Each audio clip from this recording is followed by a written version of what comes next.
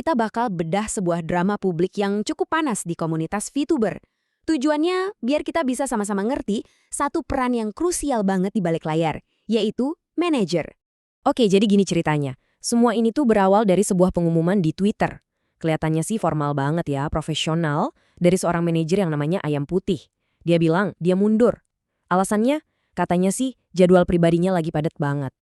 Tapi netizen dan komunitasnya langsung rasa ada yang aneh. Balasan di tweetnya itu langsung rame, isinya penuh keraguan. Banyak yang nanya, ini beneran ceritanya cuma gini doang? Pokoknya baunya udah nggak enak deh. Terus apa dong yang sebenarnya kejadian? Nah, ternyata talent-talent yang diurus sama manajer ini nggak diem aja loh. Cuma selang 2 jam loh. Salah satu VTubernya, si Pingu, langsung keluarin pernyataan tandingan. Dan isinya, wah beda banget. Ini bukan soal mundur baik-baik, tapi ini soal pemecatan. Nah, di sini kita bisa lihat ringkasannya kan, kontras banget. Di satu sisi, si manajer bilang dia mundur karena sibuk, seolah-olah ini perpisahan yang dewasa gitu. Tapi di sisi lain, talentnya bilang, enggak, dia itu dipecat karena nggak becus kerja dan nolak bantuan. Dua cerita yang benar-benar bertolak belakang. Nah, kasus ini jadi bikin kita mikir kan, sebenarnya kerjaan manajer VTuber tuh ngapain aja sih? Apa aja tanggung jawabnya? Simpelnya gini, tugas mereka ya memanajemen. Bukan berarti mereka harus ngerjain semuanya sendiri ya, tapi mereka itulah yang harus pastiin semuanya beres, kelar, dan sesuai jadwal. Jadi, ya, kerjaan ini butuh banget skill koordinasi, komunikasi, dan yang paling penting, disiplin. Nggak bisa main-main sama tenggat waktu dan janji. Oke, sekarang ayo kita bedah lebih dalam lagi. Di mana sih letak kesalahannya? Kenapa semua ini bisa jadi kacau balau begini? 1 bulan. Bayangin, 1 bulan penuh. Selama itulah pre-order merchandise talent-talent ini ketunda. Ini bukan cuma sekedar telat biasa loh. Buat kreator independen yang kecil, penundaan sebulan itu bisa jadi pukulan telak. Kenapa? Karena merchandise itu sumber pemasukan utama mereka. Gara-gara ini, mereka bahkan hampir aja batal ikut acara konvensi besar. Fatal banget.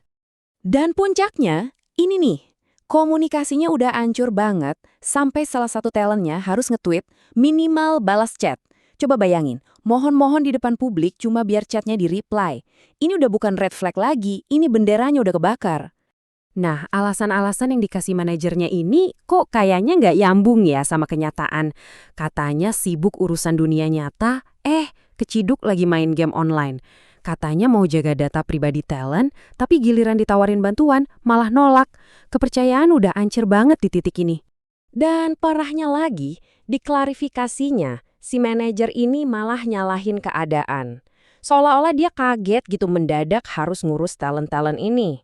Ini sih jurus klasik orang nggak profesional ya. Bukan yang ngaku salah, malah lempar batu sembunyi tangan.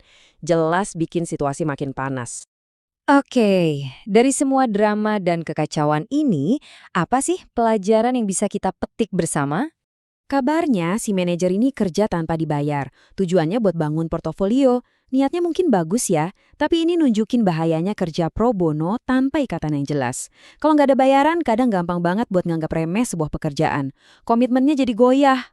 Padahal ya, proses yang bener tuh nggak ribet-ribet amat, cuma butuh beberapa langkah simpel. Konfirmasi desain, hubungi vendor, minta persetujuan talent, ingetin mereka buat promosi, terus bantu cari staff buat jaga booth. Simple kan? Intinya komunikasi dan eksekusi, bukan malah asik main game. Intinya gini, profesionalisme itu harga mati mau dibayar atau enggak. Komunikasi itu kunci. Tanggung jawab itu artinya ngakuin kesalahan, bukan cari-cari alasan. Dan yang penting jangan sok kuat ngambil kerjaan kalau emang nggak sanggup. Oh, dan satu lagi, jejak digital itu abadi.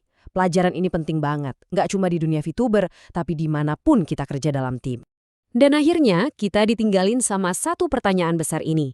Di dunia ekonomi kreator yang serba cepat, apakah passion dan semangat doang cukup buat jadi alasan kalau kita nggak profesional?